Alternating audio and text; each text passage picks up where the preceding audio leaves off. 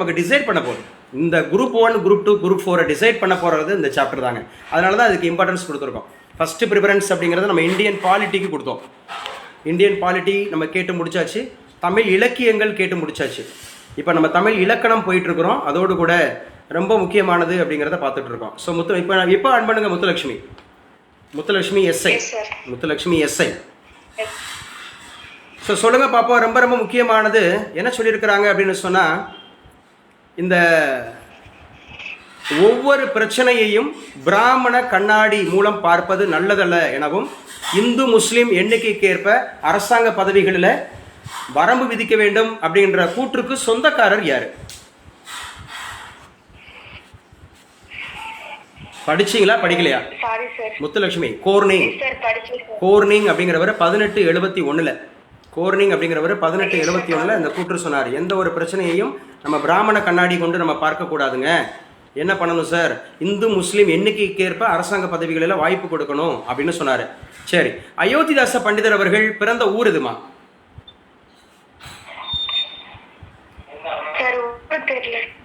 இல்லை, எனக்கு சரியா கேட்கல. படிச்சீங்களா இல்லையா? இல்லை நான் பேசுறது கிளியரா கேட்குதா இல்லையா? லாவண்யாவுக்கு நான் பேசுறது கிளியரா கேட்குதாமா? ஓகே, நீங்க மீட் பண்ணிக்கோங்கப்பா. இல்லை, எனக்கு எதுக்காக சாரி கேட்குறீங்க? சரி, நல்லா படிங்க. லாவண்யா சொல்லுங்கப்பா. லாவண்யா, அயோத்திதாச பண்டிதர் பிறந்த ஊர் எதுப்பா? சென்னை 1000 விளக்கு அப்படிங்கிறது ஆக்சுவலாக அவர் வந்து பார்த்தீங்கன்னா 1876 எந்த சபையை அவர் நிறுவினார்? 1876 அத்வைதானந்த சபையோட இன்னொரு பத்திரிகையை ஆரம்பிச்சார். அந்த பத்திரிகையோட பேர் என்னப்பா? திராவிட பாண்டியன் அப்படிங்கிற ஒரு இதழ் வெளியிட்டார் இல்லையா?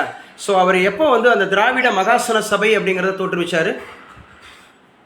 1891 எதமா தோற்றுவிச்சாரு? திராவிட மகாசன சபை. இதே ஆண்டுல இவரோட அந்த மக இருக்கக்கூடிய மைத்துனர் ஒன்று ஆரம்பிச்சாரு. யார் அவரு? இரட்டைமலை சீனிவாசன் அப்படிங்கிறது என்ன ஆரம்பிச்சாரு 1891?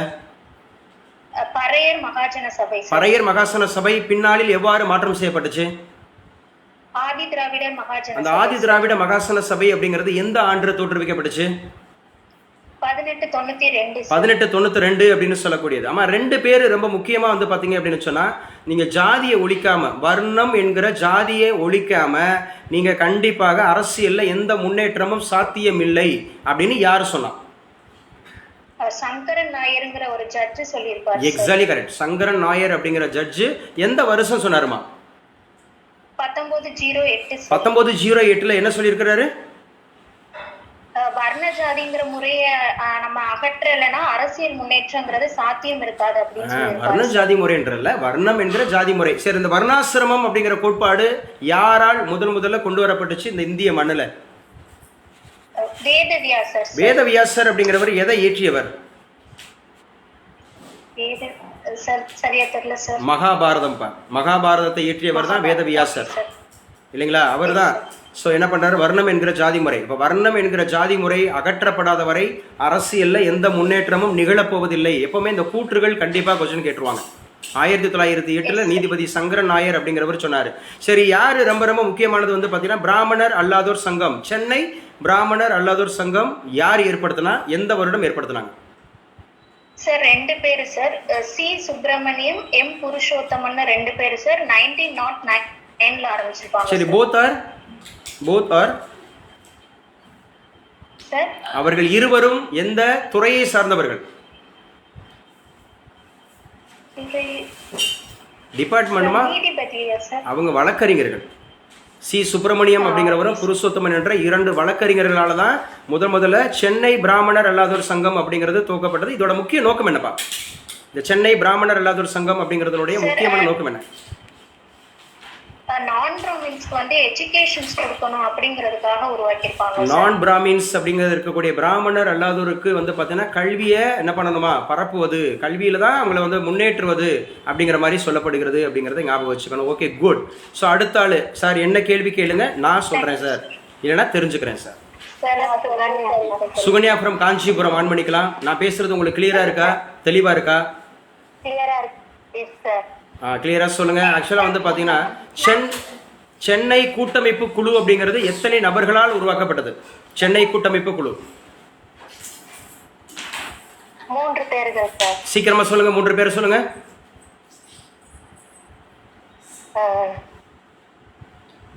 சார் வீராசாமி, வீராசாமி, துரைசாமி, சரவண பிள்ளை. வீராசாமி, துரைசாமி, சரவண பிள்ளை அப்படிங்கிற 3 பேர் சேர்ந்து தான் சென்னை கூட்டமைப்பு குழு உருவாக்கப்பட்டது. இந்த சென்னை கூட்டமைப்பு குழு பின்னாளில் என்ன பெயர் மாற்றம் செய்யப்பட்டது? சென்னை கூட்டமைப்பு குழு திராவிட சங்கம் பேர் மாற்றம். அதாவது சென்னை திராவிடர் சங்கம், சென்னை திராவிடர் சங்கம் அப்படின்னு சொல்லக்கூடியது. இவங்க ஒரு முக்கியமான ஒரு விஷயத்த இனிஷியேட் பண்ணியிருப்பாங்க. நடேச முதலியார். நடேச முதலியார் என்ன இனிஷியேட் பண்ணியிருப்பாரு இந்த காலகட்டத்தில்? சென்னையில வந்து இந்த திராவிடர் விடுதியை வந்து இது பண்ணிருப்பாங்க. திராவிட விடுதி அப்படின்னு சொல்றது யார் தங்க முடியும்? பிராமணர் அல்லாதோர் அப்படிங்கிறவங்க வந்து பண்ண முடியும் அப்படின்னு மாதிரி சொல்றாங்க இல்லைங்களா? ஸோ அதுக்கப்புறம் முக்கியமானது ராயல் கமிஷன் எந்த வருஷம்ப்பா? Royal commission 1912. இந்த 1912 ராயல் கமிஷன் எதற்கானது?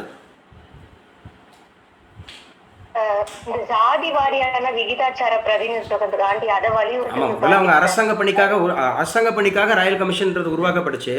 ஆனா யாரு வந்து சாதி வாரியாக கண்டிப்பாக வந்து நீங்க கொடுக்கணும்னு சொன்னாங்க?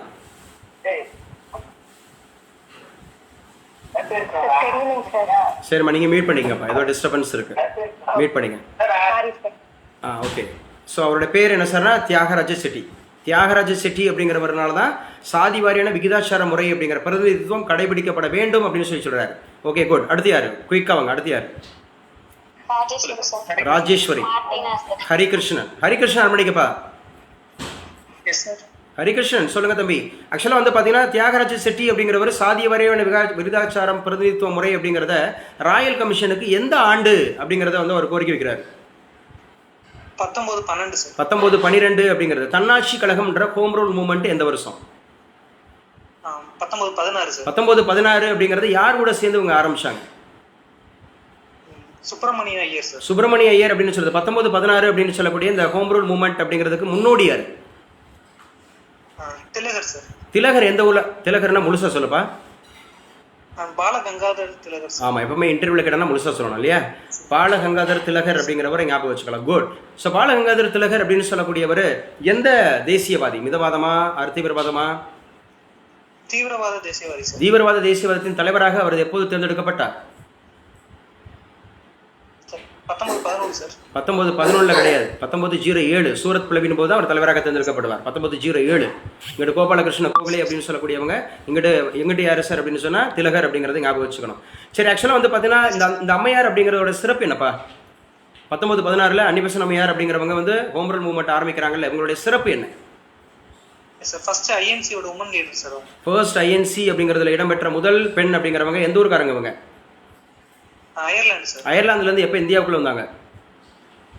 1893 அப்படின்றது. இவங்க நடத்தி வந்த 2 பத்திரிகையினுடைய பெயர் என்ன? நியூ இந்தியா காமன்வெல்த் அப்படிங்கிறது 2 பத்திரிகை ரொம்ப முக்கியமானது. இந்துக்கள் இல்லைன்னா இந்தியாவே இல்லைன்னு சொன்னது யாரு? இந்து மதம் இல்லைன்னா அன்னிபெசன்ட் தான். இந்து மதம் இல்லைன்னா இந்தியாவே இல்லைன்னு சொல்லி சொன்னது அப்படின்றத ஞாபகம் வச்சுக்கணும். ஸோ ரொம்ப ரொம்ப முக்கியமானது அப்படிங்கிறத ஞாபகம் வச்சுங்க. சரி, நான் சொல்ற தம்பி எழுதி வச்சுங்க. பிராமணர் அல்லாதவர்கள் முன்னேற்றத்திற்காக சென்னை விக்டோரியா பொது மண்டபத்தில் என்ன அந்தமாக இருக்கக்கூடிய சங்கம் ஏற்படுத்தப்பட்டது? இந்த பிராமணர் அல்லாதோர் சங்கம் இல்ல, தென்னிந்திய நல உரிமை சங்கம் ஏற்படுத்தப்பட்டது. சரி, இந்த தென்னிய நல உரிமை சங்கம்ங்கிறது எந்த தேதியில எந்த நாள்ல உருவாக்குனாங்க? 1916 நவம்பர் 20. Exactly correct. 1916 நவம்பர் 20. நோக்கம் சூப்பருங்க. ஒன்று எஜுகேஷன், ஹையர் எஜுகேஷன். ரெண்டாவது வந்து எம்ப்ளாய்மெண்ட் ஆப்பர்ச்சுனிட்டி அப்படிங்கிறது முக்கிய நோக்கமாக தொடங்கப்பட்டது அப்படின்னு சொல்றாங்க. அதுல இருந்த முக்கியமான பிரமுகர்கள் யார்? Important personalities. DM Nair, Natesa Mudaliar, Thyagaraja Shetty, Panagal அரசர். இவங்க 3 பேர் வந்து முக்கியமா எதோட சம்பந்தப்பட்டவங்க? இந்த டிஎம் நாயர், நடேச முதலியார், தியாகராஜ செட்டி. நீதி கட்சியை ஃபார்ம் பண்ணவங்க 1916 அப்படின்னு சொல்லக்கூடியது. குட். அப்ப தியாகராஜ செட்டி அப்படின்னு சொல்லக்கூடியது பிரகடனத்தை வெளியிட்டவர் யாரு? தியாகராஜ செட்டி அப்படின்னு சொல்லக்கூடியவர் எந்த மாசத்துல, எந்த இயர்ல? 1916 December month sir. Okay, 1916 December மந்த்ல. Okay, good. கங்க்ராட்ஸ் பா. வேற யாரு? குயிக். Thank you sir. முத்துலட்சுமி சொல்லுங்க சார்.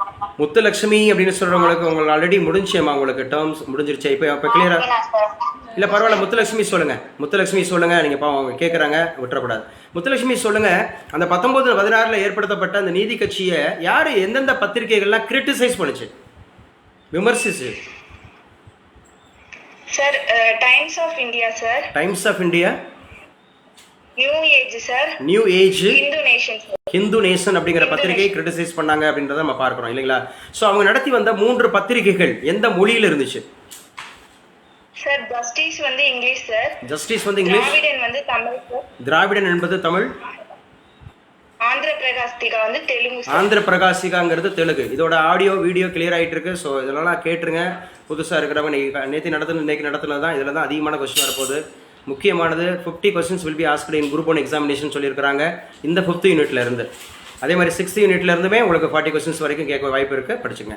ஜஸ்டிஸ்ங்கிறது ஆங்கிலம் அப்படிங்கிற பத்திரிகையை முன்னின்று நடத்தியவர் யாருமா? TM Nair and Purnalingam. TM Nair and Purnalingam அப்படிங்கிறது. ஆந்திர பிரகாசிகா அப்படிங்கிற தெலுங்கு நாயுடு, பாரதசாரதி நாயுடு. எஸ், பாரதசாரதி நாயுடு. அப்போ ஆக்சுவலாக திராவிடன் என்ற தமிழ் பத்திரிகை யாருமா? பக்தவச்சலம். பக்தவச்சலம் அப்படிங்கிற சிறப்பு என்ன ஏற்கனவே சொல்லியிருக்கேன் நான். சார் அவர் கே திட்டத்தின்படி வந்த முதல் சிஎம் சார். ஓகே, கே திட்டத்தின்படி வந்த முதல் சிஎம் அப்படின்னு சொல்லக்கூடிய ரொம்ப முக்கியமானவர். அப்படின்னா அவர் தான் காங்கிரஸ் அல்லாத காங்கிரஸ்லேயே கடைசி முதலமைச்சர் இல்லையா தமிழகத்தில்? ஆமாம், 67. அதாவது காமராஜருக்கு பிறகு 63 to 67 வந்தவர் அவர் தான். 53 to 63 காமராஜர் 9 ஆண்டுகள். Okay good, okay good. வேற யாராவது குயிக், எல்லாரும் சொல்லணும், எல்லாரும் பார்ட்டிசிபேட் பண்ணணும். அதுக்காக ராஜேஸ்வரி. ராஜேஸ்வரி நீதி கட்சியினுடைய முதல் பிராமணர் அல்லாதோர் மாவட்ட மாநாடு எங்கு நடைபெற்றது? சார் கோயம்புத்தூர்ல ஒப்பனக்கார வீதி. சார் கோயம்புத்தூர் ஒப்பனக்கார வீதியில எந்த மாதம் எந்த தேதியில் நடைபெற்றது? 1917 ஆகஸ்ட் 19 சார். ஆகஸ்ட் 19 அப்படிங்கிறது இல்லையா? ஸோ முக்கியமானது 1917 ஆகஸ்ட் 19 அப்படிங்கிறதுல கோயம்புத்தூர் ஒப்பனக்கார வீதி. சார் முதல் மாநில மாநாடு எங்கு நடைபெற்றது? Chennai Wellington theatre sir. Chennai Wellington தியேட்டர்ல எந்த நாள் எந்த வருடம் நடைபெற்றது? Sir 1917 December 28, 29 sir. 1917 August 28, 29 December 28, 29 நடந்துச்சு இல்லையா? சார் ரொம்ப ரொம்ப முக்கியமானது அப்படின்னு சொல்லி பார்க்கிறோம். அந்த நீதி கட்சி அப்படின்னு சொல்லி சொல்றோம்ல, நிர்வாகிகள் எப்போது தேர்ந்தெடுக்கப்பட்டனர் நீதி கட்சிக்கு, ஜஸ்டிஸ் பார்ட்டிக்கு? 1917 ஆகஸ்ட் சார். சரி, மொத்தமா எத்தனை நிர்வாகிகள் இருந்தாங்க? Total 32 sir. மொத்தம் 32 பேர்ல பொதுச் செயலாளர் அப்படிங்கிறவர் யார் தேர்ந்தெடுக்கப்பட்டார்? General secretary Arcot Ramasamy. ஆர்காடு ராமசாமி. அப்ப தலைவராக இருந்தவர் யாருப்பா? தியாகராய செட்டி சார். தியாகராஜ செட்டி. மொத்தம் துணைத் தலைவர்கள் எத்தனை பேருமா? 4 சார். 4 அப்படிங்கிறது ஞாபகம் வச்சுக்கணும். குட். அப்ப ஆக்சுவலா வந்து பாத்தீங்க அப்படின்னு சொன்னா, அந்த நீதி கட்சியினுடைய முதல் தலைவர் அப்படின்னா தியாகராஜ செட்டி, முதல் பொதுச் செயலர்னா ராமசாமி அப்படிங்கிற தேர்ந்தெடுக்கப்பட்டாங்கல்ல. அந்த முதல் தேர்தல் அப்படிங்கிறது வந்து எந்த சீர்திருத்தத்தின் மூலம் நடத்தப்பட்டது? மாண்டேகு ஜேம்ஸ்போர்டு சீர்திருத்தம் அப்படின்னு சொல்லக்கூடியது எந்த ஆண்டு? மாண்டேகு ஜேம்ஸ்போர்டு சீர்திருத்தம் 1919 இருக்கக்கூடிய கூடுதல் விஷயங்கள் என்ன? Rowlatt Act 1919, Khilafat movement 1919, Montagu Chelmsford 1919. முக்கியமான சொல்ல மாட்டீங்க. ஜாலியன்வாலாபாக் 1919, வெர்சைஸ் உடன்படிக்கை கையெழுத்தானது 1919. Okay good. அப்ப ஆக்சுவலா வந்து பாத்தீங்கன்னா சென்னை சட்டமன்றத்தில் மொத்தம் எத்தனை உறுப்பினர்கள் இருந்தாங்க முதல் தேர்தலில்? 121 சார். இல்லம்மா 127 பா, 121 கிடையாது, 127 இல்லைங்களா? ஸோ இதுல எந்த கட்சி வந்து அதை போட்டியிடவில்லை? காங்கிரஸ். ஏன் போட்டியிடல காங்கிரஸ்? டயார்சி கவர்மெண்ட் அப்போஸ் பண்ணி.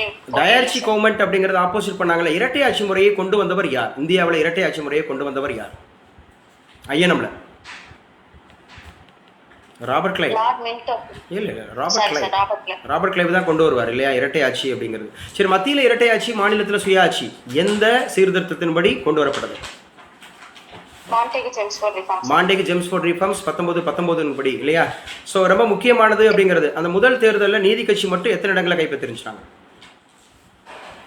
63 அப்படின்னு சொல்றது. கங்க்ராட்ஸ். Okay good. வேற அடுத்து என்ன கேளுங்க சார், நான் சொல்றேன். Deepika sir. Deepika from Assam. Martina sir. Deepika from Assam. Martina கொஞ்சம் வெயிட் பண்ணுங்க, அடுத்து நீங்க தான். ஓகேவா? தீபிகா. Yes sir. தீபிகா சொல்லுங்க, முதல் அமைச்சரவை அதோட பீரியட் என்ன? 1920 to 23 சார் சார். 1920 to 23 அப்படின்னு சொல்லக்கூடியதுல யார் வந்து நான் வந்து பதவி ஏற்க விரும்பலங்கன்னு சொன்னது? பிடி தியாகராஜ பிடி செட்டி. தியாகராஜ் செட்டி எந்த கட்சிப்பா? நீதி கட்சி சார். நீதி கட்சியில என்ன பொறுப்புல இருந்தார்? அவர்தான் சார் தலைவரா இருந்தார். அவர்தான் முதல் தலைவராக இருந்தார். அப்ப யாருடைய தலைமையில வந்து கட்சி அமைச்சாங்க? அகரம் சுப்ராயலு ரெட்டியார் தலைமையில. அகரம் சுப்ராயலு ரெட்டியார் அப்படிங்கிறவருடைய தலைமையில எந்த தேதியில அமைச்சரவை அப்படிங்கிறது அமைக்கப்பட்டுச்சு? 1920 சார். டிசம்பர் 7. சூப்பருங்க. 1920 டிசம்பர் 7. டிசம்பர் 7 அப்படின்னு சொல்லும்போது அது என்ன நாளாக அனுசரிக்கப்பட்டதுன்னு காலையில சொன்னேன். கொடிநாளாக அனுசரிக்கப்படுது. எங்க ஐஎன்எம்ல நீங்க டைம் லைன்ல 1920னா அதை எடுத்துட்டு வரலாம். இந்திய தேசிய இயக்கத்துல 1920னா ஒத்துழையாமை இயக்கம். ஒத்துழையாமை இயக்கங்கிற நான் கார்பரேஷன் மூவ்மெண்ட்டுக்கு முதன்மையான தலைவராக இருந்தவர் யார்? காந்திஜி சார். காந்திஜி எப்போ வந்து அந்த ஒத்துழையாமை இயக்கத்தை கைவிட்டாரு? 1922 சௌரி சௌரா இன்சிடென்ட். 1922 சௌரி சௌரா இன்சிடென்ட்ஸ் பிப்ரவரி 5. சௌரி சௌரா இன்சிடென்ட்ல 22 போலீஸ்காரர்கள் உயிரோடு எரிச்சு கொல்லப்படுறாங்க. அதன் காரணமாக அவர் வந்து கைது செய்யப்படுறார். அதனால வந்து அவங்க சஸ்பெண்ட் பண்றாங்க இல்லையா? சரி, இதுக்கப்புறம் சுப்ராயலு ரெட்டியார் அப்படி தொடர்ச்சியா அது வந்து 1920 to 23 வரைக்கும் இருந்தாரா இல்ல இடையில எதுவும் நடந்ததா? உடல்நிலை சரியில்லாம போயிட்டனால பனகல் ராஜா வந்தார் சார். சூப்பருங்க. உடல்நிலை சரியில்லாம பனகல் ராஜா அப்படிங்கிறது உடல்நிலை சரியில்லாம அவர் போயிடுறாரு இல்லையா? பனகல் ராஜா வர்றாரு. பனகல் ராஜா பொறுப்பேற்றுக் கொண்ட நாள் இப்போ ஜூலை 11 சார். சரி, எக்ஸாக்ட்லி கரெக்ட். ஜூலை 11ங்கிறது மக்கள் தொகை கணக்கெடுப்பு தினம் அப்படிங்கிறது இருந்தபோது 1921 அப்படிங்கிற காலகட்டம் எடுத்து வச்சுக்கணும். சரி, யாரு இதுல ஒரு முக்கியமான ஒரு விஷயம் இருக்கு, பெண்களுக்கு ஒரு முக்கியமான ஒரு விஷயம் இருக்கு. என்ன நிகழ்ந்தது? ஃபர்ஸ்ட் பெண்களுக்கு ஓட்டு போடுறதுக்கு நீதி கட்சி தான் சார் உரிமை கொடுத்தது. சூப்பருங்க. பெண்களுக்கு முதல்ல ஓட்டு போடுறதுக்கு வந்து கொடுக்கப்பட்டது நீதி கட்சி தான் கொடுத்துச்சு. அதுல இன்னொரு முக்கியமான ஒரு விஷயம் நடக்குது, உணவு சம்பந்தப்பட்ட விஷயத்துல கல்விக்கூடங்கள்ல மதிய உணவு திட்டம் சார் ஃபர்ஸ்ட் இம்ப்ளிமெண்ட் பண்ணது வந்து நீதி கட்சி தான் சார். 1000 விளக்கு பகுதியில. சூப்பருங்க. 1000 விளக்கு பகுதியில முதல்ல என்ன பண்ணாங்க, இதுதான் இலவச மதிய உணவு திட்டமாக காமராஜரால பின்னால கொண்டு வரப்பட்டது அப்படி சொல்லி. சரி, இங்க ஒரு 2 வார்த்தைகள் அப்படிங்கிறது நீக்கப்பட்டு ஒரு புதிய வார்த்தை உருவாக்கப்படும் ஒரு குறிப்பிட்ட சாதி பிரிவினருக்கு. பறையர் பஞ்சமர் நீக்கப்பட்டு அதுக்கு பதிலா ஆதி திராவிடர்னு. பறையர் பஞ்சமர் என்ற சொற்கள் நீக்கப்பட்டு அவர்கள் ஆதி திராவிடர்கள் என்று அழைக்கப்பட்டனர் அப்படிங்கிறது. இதற்கு ஒரு முக்கியமான காரணமாக இருந்த ஒரு எம்எல்ஏ யாருமா? எம்சி ராஜா. எம்சி ராஜாவை பத்தி இன்னைக்கு பேப்பர்ல வந்துச்சு. என்ன வந்துச்சு இன்னைக்கு கரண்ட் அஃபேர்ஸ்ல? எம்சி ராஜா.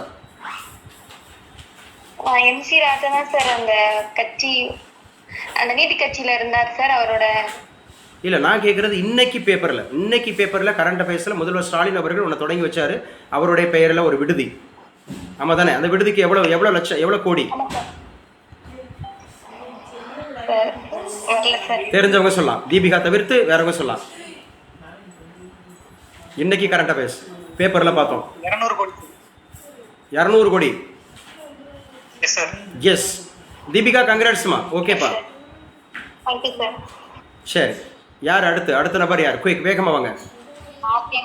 மார்டினா சொல்லுங்க. முதல் அமைச்சரவையில் அப்படிங்கிறவங்க தமிழர்கள் எத்தனை பேர் இருந்தாங்க?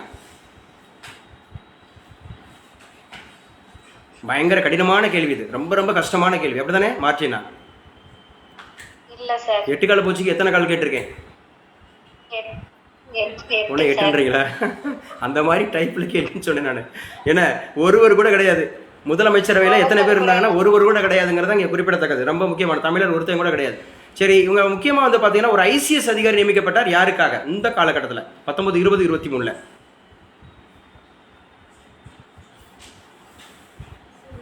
Martina super. பனகல் ராஜாலாம் கிடையாது. ஐசிஎஸ் அதிகாரி, இந்தியன் சிவில் சர்வீஸ். காலையில கிளாஸ் அட்டன் பண்ணீங்களா? அப்புறம் இவ்வளோ லெதாஜிகள பதில் இருக்கு. இரண்டாவது அமைச்சரவை, குயிக், வேகமா. சரி, சூப்பர். 1923 26. சரி, ஆக்சுவலா எந்த தேதியில அப்படிங்கறது முதலமைச்சரவை முடிஞ்சு? சூப்பருங்க. செப்டம்பர் 11. செப்டம்பர் 11ல ஒரு 3 முக்கியமான நிகழ்வுகள் இன்னைக்கு அசோசியேட் பண்ணேன் காலையில கிளாஸ்ல. பாரதியார் வந்து இறந்திருப்பாரு. பாரதியாரோட நினைவு நாள் இருக்கு. இமானுவேல் சேகரனோட நினைவு நாள் இருக்கு. அடுத்து அமெரிக்கால வந்து அந்த ட்வின் டவர்ஸ் டவர்ஸ் அது இரட்டை அந்த மாதிரி எஸ் ட்வின் டவர்ஸ் அப்படிங்கிறது வந்து இடிக்கப்பட்டது அப்படிங்கிற மாதிரி இருக்கு. ஓகே, இதில் ஆக்சுவலாக வந்து பார்த்தீங்கன்னா எந்த கட்சி இந்த இரண்டாவது இதில் போட்டியிடுச்சுன்னு சொல்கிறோம்? சுயராஜ்ய கட்சி. அப்போ சுயராஜ்ய கட்சி போட்டியிட்டதுனால நீதி கட்சிக்கு எத்தனை இடங்கள் மட்டும் கிடைச்சது? 44 சார். அப்போ 44 இடங்கள் தான் கிடைச்சது. அப்படிங்கிற போது யாரோட ஆதரவோட பனகல் அரசர் தலைமையில் ஆட்சி அமைக்கிறாங்க?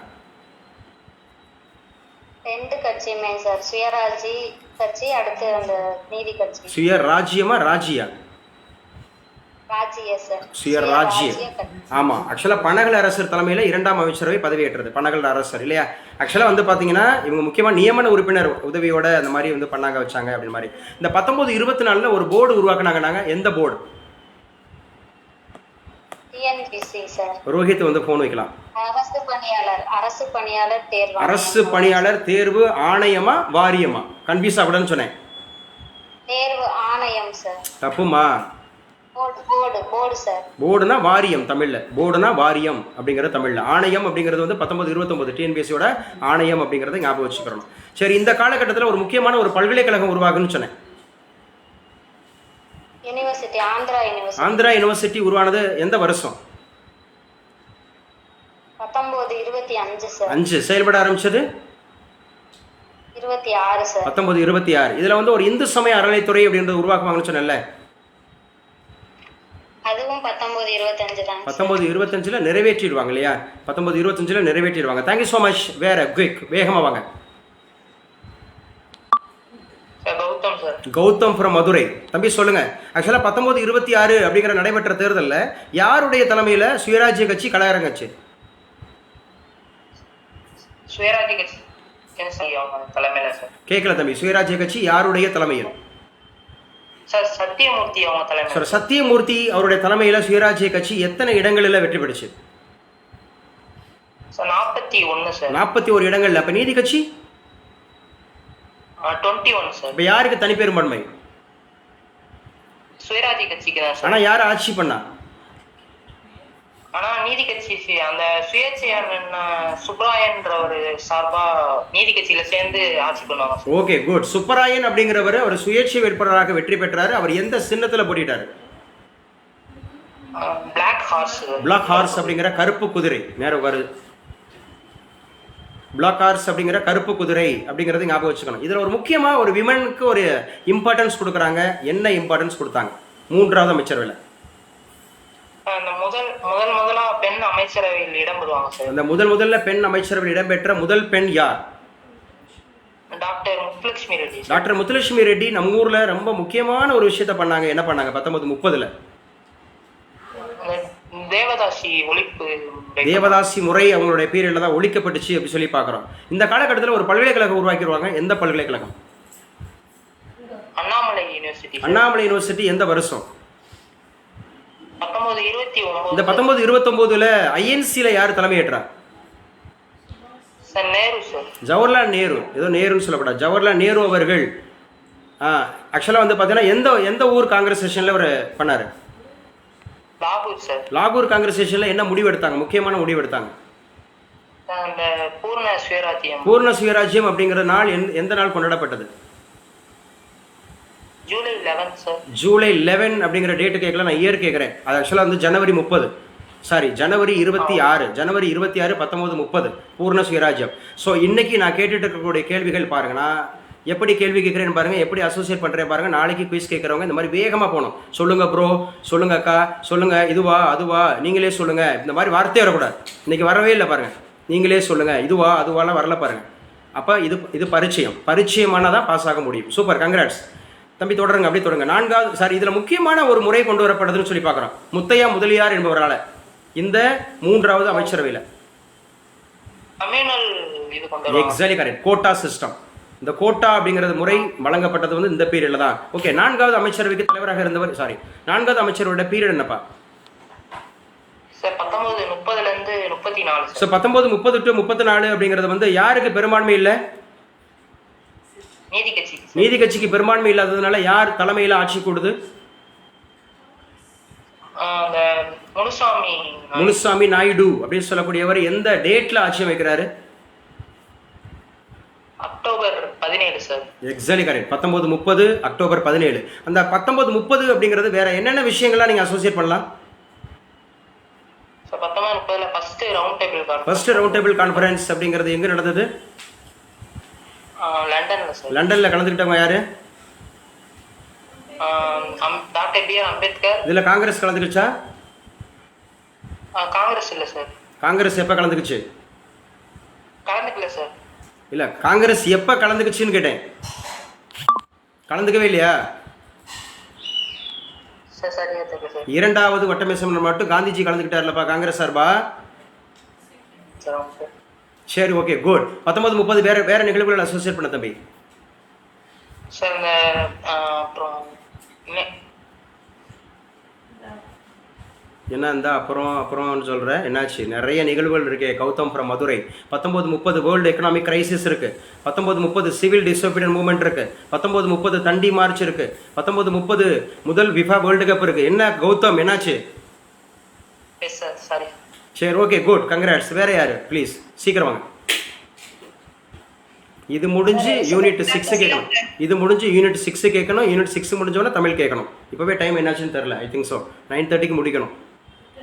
சரியா? இதுக்கடையில் 5 to 6 சம்மர் கேம்ப் நடத்தி அதுக்கப்புறம் மறுபடியும் வந்து 7 மணிலேருந்து 8 மணி வரைக்கும் சைக்காலஜிக்கு வந்து பிஜிடிஆர்பிக்கு சைக்காலஜி நடத்தி உடனடியாக நம்ம இணைஞ்சிருக்கிறோம். தொடர்ச்சியாக நான் வந்து 5 மணிலேருந்து 9 மணி வரைக்கும் 4 மணி நேரமாக தொடர்ந்து பேசிகிட்டு இருக்கேன். நீங்கள் இமீடியட்டாக பதில் சொல்லுங்கள். டக்குன்னு பதில் சொல்லுங்கள். 5வது அமைச்சரவை யார் சொல்கிறா? ஆரோக்கிய சுசீலா ஆன் பண்ணிக்கங்க. ஆமாம் அடுத்து எலிசபெத்பா. ஆரோக்கிய சுசீலாவுக்கு வாய்ப்பு கொடுப்போம். ஓகே 5வது அமைச்சரோட பீரியட் என்னம்மா? 1934 இருந்து 1937 வரை. இந்த 1934 to 37 அப்படிங்கிறதுல முக்கியமாக வந்து பார்த்தீங்க அப்படின்னு சொன்னால் எந்த கட்சி அப்படிங்கிறது வந்து வலுவிழந்து போயிடுது?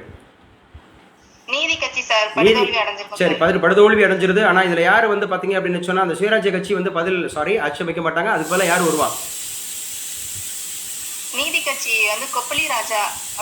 கொப்பிலி அப்படிங்கிற ராஜா அந்த அரசர் தான் வந்து பார்த்தீங்கன்னா தலைமையில் ஆட்சி வைப்பாங்க. இதில் ஒரு முக்கியமான ஒரு தலைவர் உள்ள இன்ட்ரோ வருவார். வந்துட்டேன்னு சொல்லணும். யார் அவர்? பெரியார் சார். பெரியார் அப்படிங்கிறவர் வந்து எந்த ஆண்டு அப்படிங்கிறது வந்து ரொம்ப முக்கியமாக வந்து பார்த்தீங்கன்னா இந்த நீதி கட்சியினுடைய தலைவராக மாறுறாரு. அவர் ஒரு சிறையிலோட இருப்பார்.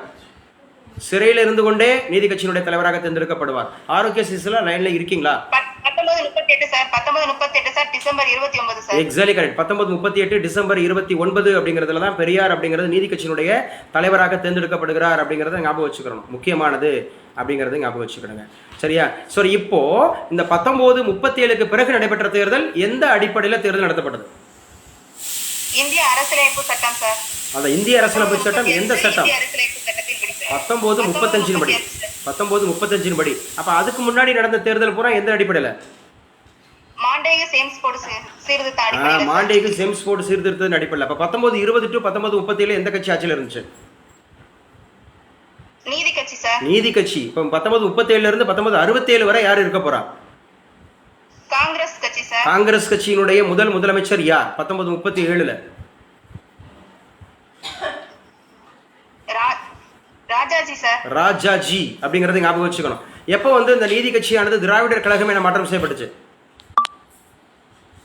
1944 August 27 sir. Exactly correct. 1944 August 27 அப்படிங்கிறது எந்த ஊர் மாநாட்டில்?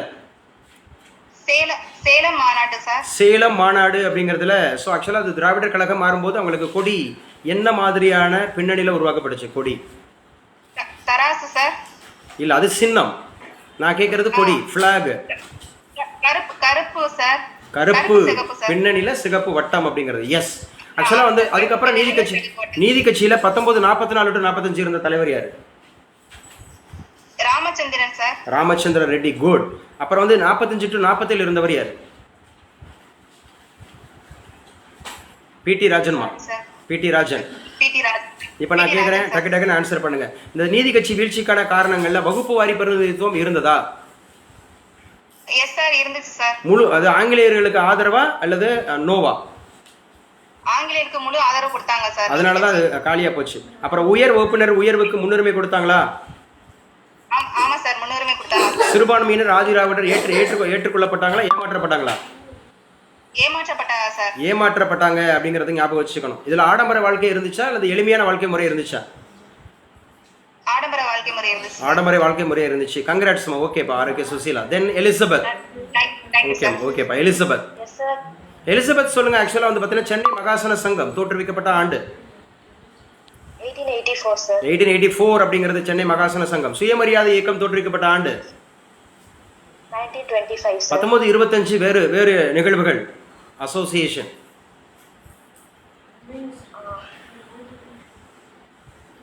முக்கியமாக சொன்னேன். ஒரு பக்கம் பெரியார். பெரியார் குடியரசுங்கிறத பத்திரிகை வந்து 1925 வெளியிடுவாங்க சார். ஓகே, நான் கேட்கறது 1925 பத்திரிகைகள் வந்துட்டேங்க. முக்கியமான அசோசியேஷன் ஆர்எஸ்எஸ் உருவானது எந்த வருஷம்ப்பா? 1925. 1925. அதே மாதிரி கம்யூனிஸ்ட் கட்சி உருவானது அதுவும் 1925. அதுவும் 1925. சுயமரியாதை இயக்கம் முக்கியமான நோக்கமாக எதை கொண்டிருந்தது? பிசி எஸ்சி டிஸ்கிரிமினேஷன், ரிலிஜன்ல வந்து டிஸ்கிரிமினேஷன், அப்புறம் மதம் சாதி பிராமின்ஸோட ஆமாம் நான் பிராமின்ஸ் அப்படிங்கிற காரியத்தை எடுத்துக்குவாங்க. பிசி அந்த மாதிரி பிசி எம்பிசி எஸ்சி அவங்களோட முன்னேற்றத்தை எடுத்துக்குவாங்க. மதம் ஜாதி டிஸ்கிரிமினேஷனை ஒழிக்கணும்னு பாடுபடுவாங்க. பெண்கள் முன்னேற்றம் எடுத்துக்கிட்டாங்களா இல்லையா? ஆமாம் சார். என்ன ஆமாம் சார்? எஸ், பெண்கள் முன்னேற்றத்துக்கும் எடுத்து அப்படி பேசுங்க, நல்லது. அப்போ தான் மற்றவங்களுக்கும் புரியும், புதுசாக அட்டன் பண்ணுறவங்களுக்கு புரியும். பெண் கல்விகள் எடுத்துக்கிட்டாங்க, விதவைகள் மறுமணம் எடுத்துக்கிட்டாங்க, கலப்பு திருமணம் எடுத்துக்கிட்டாங்க, குழந்தை திருமணத்தை அவங்க வந்து ஒழிச்சாங்க. இந்த மாதிரி இருக்கிறது. சரி, சுயமரியாதை இயக்கத்தினுடைய முதல் மாநாடு எங்கு நடைபெற்றது? செங்கல்பட்டுல எந்த தேதியில் நடத்துறாங்க? ஆகஸ்ட் 25. செங்கல்பட்டு மாநாடு அப்படிங்கிறது முக்கியமான எந்த நோக்கத்திற்காக இதை கொண்டு வரப்பட்டாங்க? என்ன தீர்மானம் நிறைவேற்றினாங்க? untouchability sir. Yes, one untouchability. Abolition of caste. Women rights sir. Yes, women rights அப்படிங்கிறது. அதே மாதிரி மது ஒழிப்பு அதை எடுத்துக்கலாம். மது ஒழிப்பு எடுத்துக்கலாம். இரண்டாவது மாநாடு எந்த ஊர்ல நடந்துச்சுமா?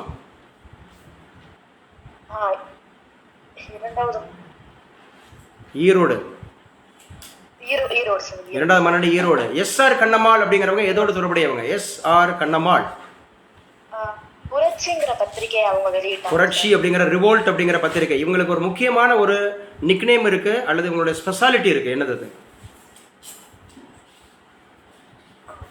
இவங்க வந்து பெரியாரோட சிஸ்டர் சார். பெரியாரோட சிஸ்டர் அப்படிங்கிறது ஸ்பெஷாலிட்டியா? சரி, வேற? தெரியல சார். தமிழகத்தினுடைய முதல் பதிப்பாளர், பெண் பதிப்பாளர், தமிழகத்தினுடைய முதல் பெண் பதிப்பாளர் அப்படிங்கிற ஒரு பெயரை இவங்க தான் தாங்கி நிற்கிறாங்க. Thank you so much. கங்க்ராட்ஸ்மா. Next one. யாழினி சொல்லுங்கப்பா. ஆக்சுவலாக குடியரசு அப்படிங்கிற ஒரு இதழ் யாரால் எப்போது தொடங்கப்பட்டது? திருப்பாதிரி புலியூர் ஞானியார் சுவாமிகள். அவரு உண்டாக்கல, அவர் வந்து முதல் பிரதியை வாங்கிக்கிட்டார். உருவாக்குனவர் யார்? எஸ், பெரியார் எந்த தேதியில எந்த வருஷத்துல உருவாக்குனார்? 1925 மே 2 அப்படிங்கிறது. திருப்பாதிரி புலியூர் ஞானியார் அடிகள் அப்படிங்கிறவங்க அதை முதல் அந்தமாக இருக்கக்கூடிய இது பண்ணி வச்சுக்கிட்டாரு. சரி, இதுக்கு என்ன பேர் வச்சாங்க தெரியுமா அந்த அச்சகத்துக்கு? ஓகேம்மா, எழுதி வச்சுங்க. உண்மை விளக்க அச்சகம். உண்மை விளக்க அச்சகம் அப்படிங்கிறது. அப்ப ஈரோடு 1930 நடந்துச்சுலமா, அதுல ஒரு முக்கியமான ஒரு தீர்மானம் கொண்டு வருவாங்க. என்ன தீர்மானம் கொண்டு வராங்க யாழினி? சாதி பெயரை வச்சு மக்கள் கணக்கெடுப்பு கூடாது, சாதி பெயரை வச்சு மக்கள் தொகை கணக்கெடுப்பு எடுக்கக்கூடாது அப்படின்றத சொல்லியிருந்தாங்க. சூப்பர். சுயமரியாதை மாநாடு ஈரோடு அப்படிங்கிறத ஞாபகம் வச்சுக்கணும். சுயமரியாதை திருமணம் அப்படிங்கிறத ஞாபகம் வச்சுக்கணும். இதுதான் இன்னைக்கு உண்டான 5வது யூனிட்ல மிக மிக முக்கியமானது அப்படின்னு சொல்லக்கூடியது. Just a minute. அப்படியே 6வது யூனிட்.